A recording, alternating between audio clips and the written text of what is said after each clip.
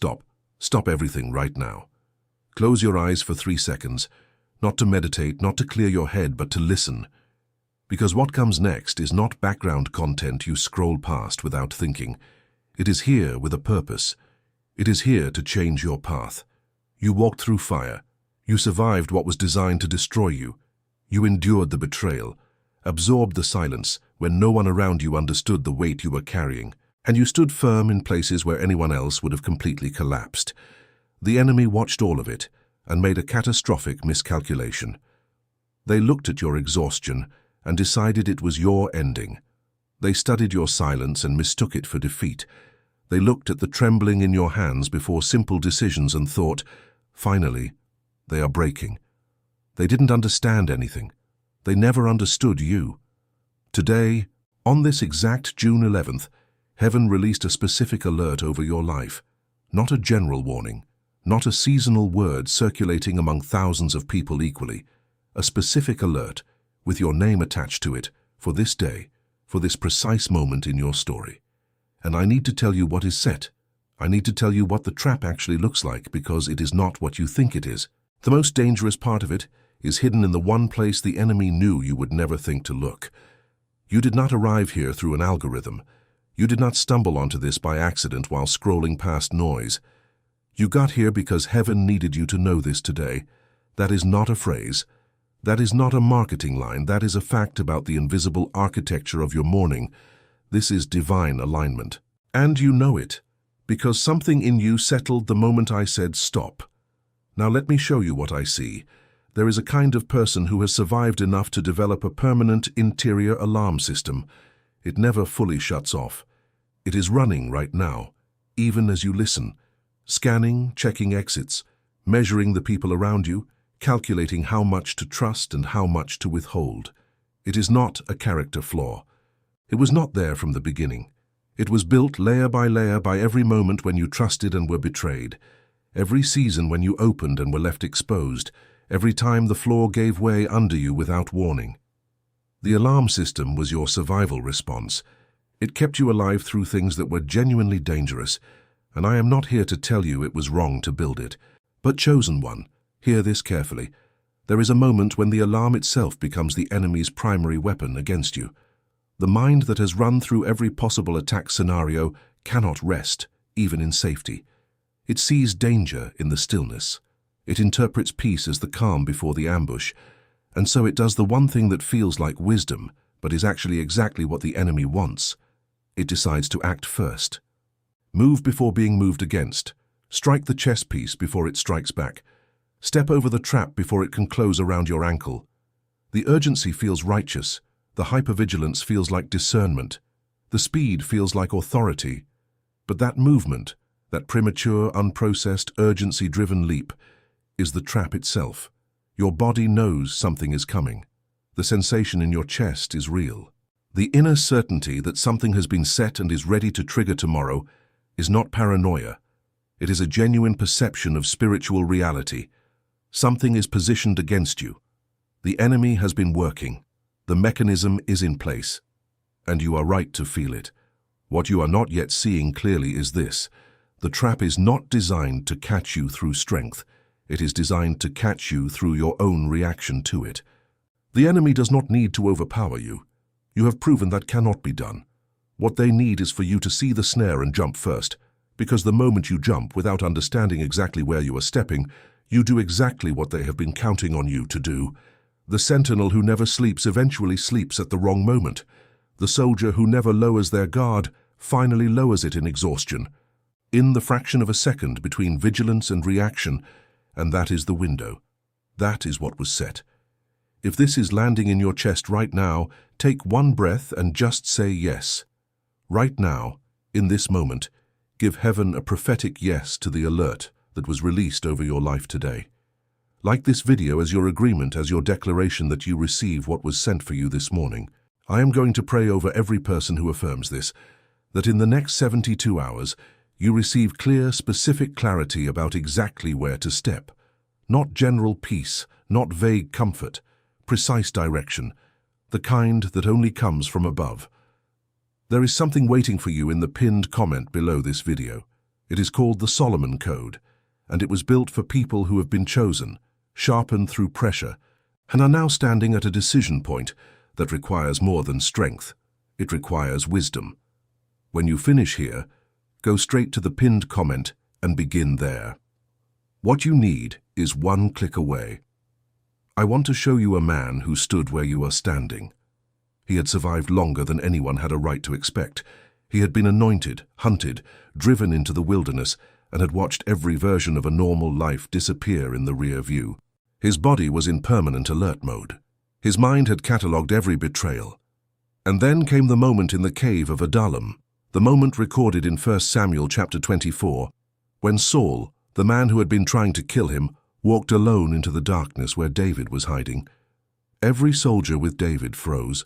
Every whisper in that cave said the same thing. This is it. God has delivered your enemy into your hand. Move now. Do not hesitate. The door opened for you. Walk through it.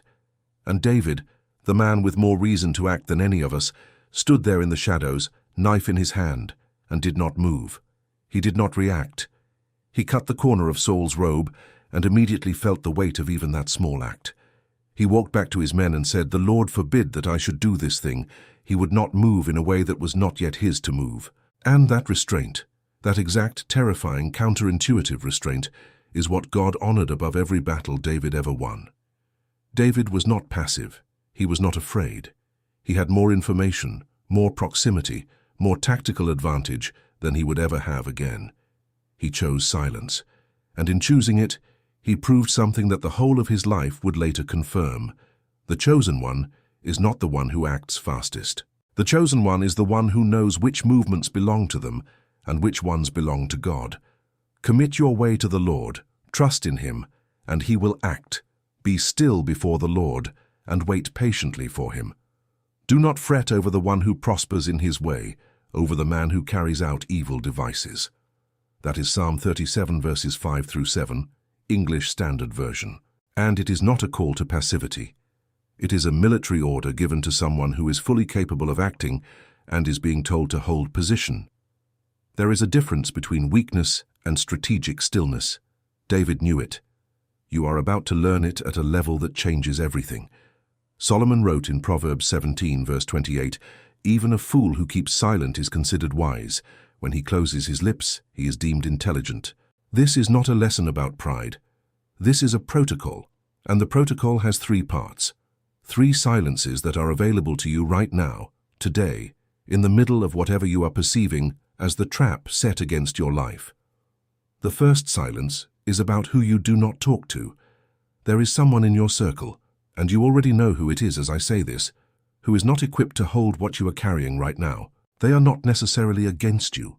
They may love you genuinely, but their energy is reactive, their counsel is unprocessed, and the moment you bring them into what heaven has shown you, the whole thing gets contaminated with their fear, or their ambition, or their unresolved history. The first silence says, "Do not open this yet. Not to them. Not today." Some things are protected by not being spoken before they are confirmed. The second silence is about what you do not verbalize prematurely. There is a version of the trap that works entirely through your own mouth, where you speak your next move into a room before the move is ready, and the enemy hears it, and the preparation they needed to counter you is handed to them in your own words. A plan declared too early becomes a target. A word released before its time has no weight behind it. The second silence says, "What you are sensing is real, but it is not yet time to speak it out loud as fact. Hold it in the interior, let it develop, let God confirm it before you announce it. The enemy cannot intercept what has not been broadcast." The third silence is about when you do not act. Even when you have all the information, even when every piece of logic is lined up, even when the window appears to be open and everything in you is saying now. Proverbs 17:28 is not about ignorance. It is about the person who has all the data, understands the situation completely, and still chooses not to move in that instant, because the discernment they carry tells them this is not yet the appointed moment. This is the silence that costs the most. This is also the silence that protects the most. The enemy set the trap, knowing you would react. The third silence is the direct answer to that calculation. You do not need more strength. You have already demonstrated strength that most people never find. You do not need more courage. You have been courageous in ways that no one saw and no one applauded. What you need right now at this exact juncture of your life is discernment about where to step, not power. Precision. And this is the shift that changes everything. You have been fighting a defensive war for so long that the posture has become automatic. Brace, absorb, counter, survive, repeat. Every cycle sharpened you. Every round proved you could endure. But the season you are stepping into is not a continuation of that war on the same terms. God has entered the battle in a different way. The thing that was designed to destroy you has been converted into the thing that will position you. The enemy worked for years to produce the pressure that formed who you are, and they have no idea that the person they shaped in that process is exactly who God needed for what comes next. Solomon did not ask for victory. He did not ask for the power to defeat his enemies. When God said, "Ask what I shall give you," Solomon asked for one thing, a discerning heart, the wisdom to govern, the clarity to walk through complexity without losing the thread. And that is precisely what heaven is releasing over the chosen one today. Not more firepower, a discerning heart, the kind that looks at a trap set in the path and knows, without panic, without performance, exactly where not to step and exactly when to move. Go to the pinned comment right now. The Solomon Code is waiting for you there. What is inside was written for the person who has already proven they can survive and is now ready to learn how to govern. You belong there. One click in the pinned comment and you are in. Now I want you to do one more thing before you leave. In the comments, type 3 words, just 3. Words that declare who you are standing at this trap on this June 11th, facing what was set against you. Something like, "I will not fall," or "Heaven goes before me," or "I see clearly." 3 to 5 words, your identity and your confidence in a single line, and then write your city and your state after it, so I can see where heaven's chosen ones are standing today. If someone in your life needs this exact alert, share this video with them right now. Do not wait.